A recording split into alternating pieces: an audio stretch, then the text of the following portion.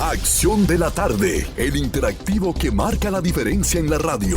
Por Palma 90.7 FM. Este hombre, del cual vamos a hablar hoy, oye qué dijo este monje, este sacerdote. Oye qué dijo.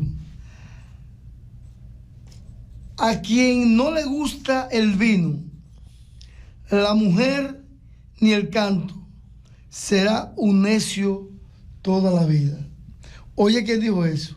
Lo dijo Martín Lutero o Martín Lutero. Oye bien. Y en principio estaba ahí cerrado con respecto a las mujeres. Exactamente. Después entendió que ese era el camino de la vida. El camino de la vida son las mujeres. Y él entendió eso. Un día como hoy, en el 1521, el Papa León X excomulgó a Martín Lutero. ¿Por qué excomulgan a Martín Lutero?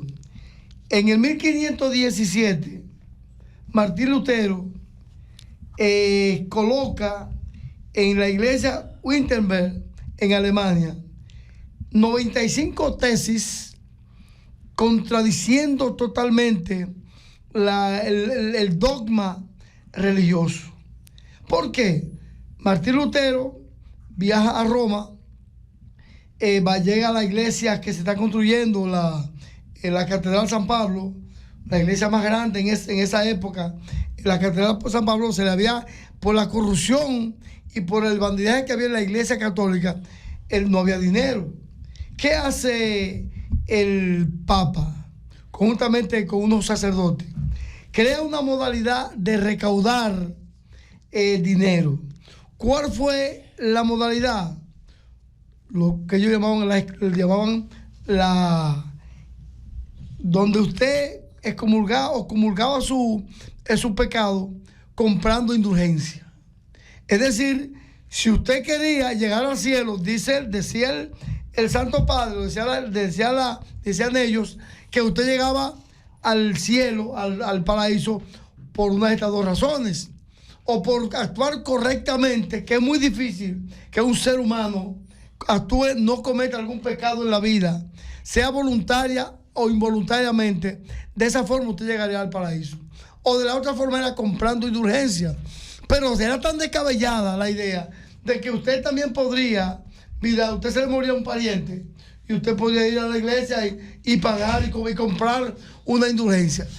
Cuando llega Martín Lutero a la iglesia, ve ese bandidaje, ese abuso, ese atropello, eso lo hizo cambiar. Eso fue en el 1510. Entonces comienza y escribe 95 tesis. Claro, cuando se está hablando de que usted está en el purgatorio, porque habían, según Dante Alighieri, en la Divina Comedia, divide, ¿verdad?, llegar al paraíso de esta forma. Llega primero al infierno. En el infierno usted tiene, Alighieri duró, para escribir esos libros, esa tesis, duró desde el 1504 al 1521, que casualmente él no vio la grandeza de su obra porque muere en el 1521, después de haber escrito esas tres tesis sobre el infierno, sobre el purgatorio y sobre el paraíso. Decía la iglesia católica que el que estaba en el purgatorio podría comprar el paso, ya bien, el paso al paraíso, comprando esa indulgencia. Martín Lutero se rebela contra eso.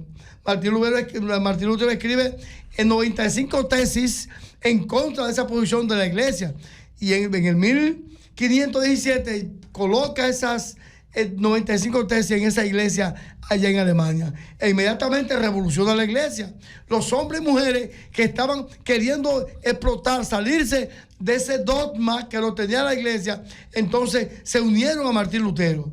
Comenzó la revolución dentro de la iglesia católica, y toda la iglesia que hoy se ve en el mundo, las iglesias protestantes, viene del protestantismo creado por Martín Lutero. Claro, fue condenado a muerte por la iglesia católica. Era un muerto andante en la calle, pero fue protegido por muchas iglesias, por muchos poderes de esa época, y se ve Inclusive, la primera Biblia que se tradujo, de que no se puede traducir la Biblia, era un pecado el que encontraran una Biblia o un pedazo de Biblia traducido, ese iba a la hoguera inmediatamente. Y Martín Lutero se arriesgó y tradujo la Biblia al alemán.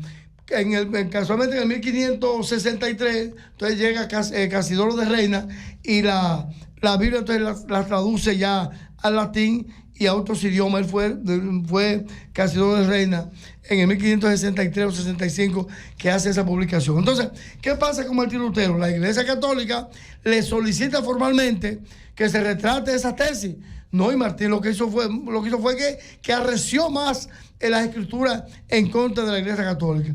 Gracias a Dios, el mundo, Martín Lutero muere, ¿verdad?, en un monasterio, no muere de muerte natural, y muere al lado de Dios, como dice el bueno. Gracias al Santo Padre, que me voy a reunir, voy al cielo a reunirme con el Santo Padre, porque no tuvo ningún tipo de percance. La verdad, claro, fue atacado, fue apresado y fue atacado fervientemente por los dogmas de la Iglesia Católica. ¿Por qué los dogmas?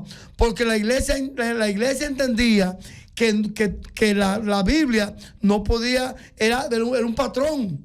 Era un patrón exactamente, claro. ¿Quién logra eso, Vidal? Fue Jesucristo cuando llegó a la tierra. Jesucristo fue el que comenzó a combatir estos dogmas de la iglesia. El caso de la mujer adúltera, que el que vamos a apedrearla, pues bueno, vamos, el que esté libre de pecado que tire la primera piedra. Comenzó a chocar con la iglesia y eso le tocó también la muerte a Jesucristo, como le iba a tocar a Martín Lutero cuando desafió el poder total, omnímodo, corrupto, perverso, dañino de la Iglesia Católica. La atacó, la enfrentó a Martín Lutero y gracias a Dios salió airoso. Reiteramos que en el 1521, un día como hoy, la Iglesia Católica excomulga a Martín Lutero. Le está solicitando a la Iglesia en estos tiempos que les quite el perdón a Martín Lutero. Dice la Iglesia que no, porque a los muertos no se excomulga, que a los muertos no se le perdona. Bueno, pero si usted está en el cielo, si está arriba, si está al lado del Santo Padre, pues eso está resuelto ya, Vidal, ¿verdad?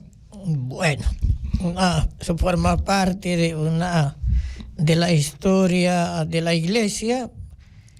Jesús tuvo dificultades con sectas políticas y religiosas, pero más que con respecto a la Iglesia, porque la Iglesia es un vocablo.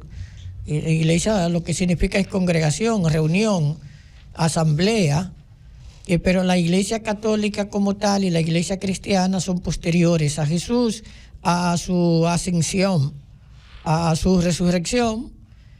Jesús tuvo un grupo de discípulos, de los que surgen los apóstoles, y después del siglo III, la Iglesia, que había sido perseguida por el Imperio Romano, pasó a tener un maridaje con el poder político, que fue lo que terminó corrompiendo la esencia del cristianismo, y los papas, que muchos de ellos tenían una vida libertina, eran más políticos que religiosos, pues llegaron a hacer mercancía de la religión. La indulgencia es venta de la salvación, es venta de un tratamiento en el cielo.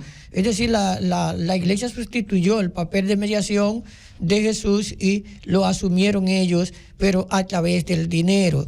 Y Martín Lutero, que era también católico, protestó ante determinadas conductas, y esas protestas las elevó en lo que eran posturas ideológicas contrarias a las dominantes, y a cada una de esas posturas se le llamó tesis. Esas tesis las colocó en la Iglesia, esas tesis las dio a conocer, y a partir de ahí, obviamente, creo que el movimiento protestante también terminó ayudando a la propia Iglesia Católica. Lo ayudó Vidal, lo ayudó mucho la imprenta, que casualmente estaba renaciendo, comenzando a... Sí, la imprenta fue positiva para... La imprenta, sí, para ese tiempo fue tan revolucionaria como el Internet. Como el Internet, perfecto. Porque la Biblia o cualquier libro era muy difícil hacerlo y tenerlo, aunque habían muchos libros. obviamente, pero eran libros costosos, en pergaminos o en piel de animales. Y tener un ejemplar original de uno de esos libros era difícil, había que hacer copias de ellos, pero la imprenta permitió masificar el pensamiento, masificar las ideas.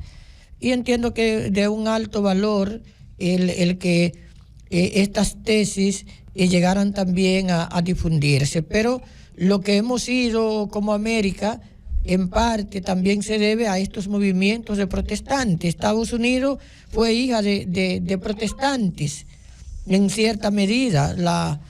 Eran el contrario a nosotros, que fueron los católicos españoles que llegaron acá. A Estados Unidos llegaron los protestantes. Pero es interesante esos puntos de vista que plantea el hermano Manuel Ovalis Ramírez Arias al recrear a un pensador del pensamiento cristiano, como lo fue Martín Lutero, que lo que hizo fue sencillamente rescatar el pensamiento de Jesús, el pensamiento de los padres primitivos de la iglesia, y no acogerse a lo que había sido la evolución de la iglesia, que concentró el poder temporal, el poder político y el poder religioso en unas mismas manos, luego de la desintegración del imperio romano, que se dividió en dos, imperio de Occidente y imperio de Oriente, y en el de Occidente, que desaparece primero, obviamente que la Iglesia Católica llenó parte del vacío político que dejó este imperio luego de su desmembración.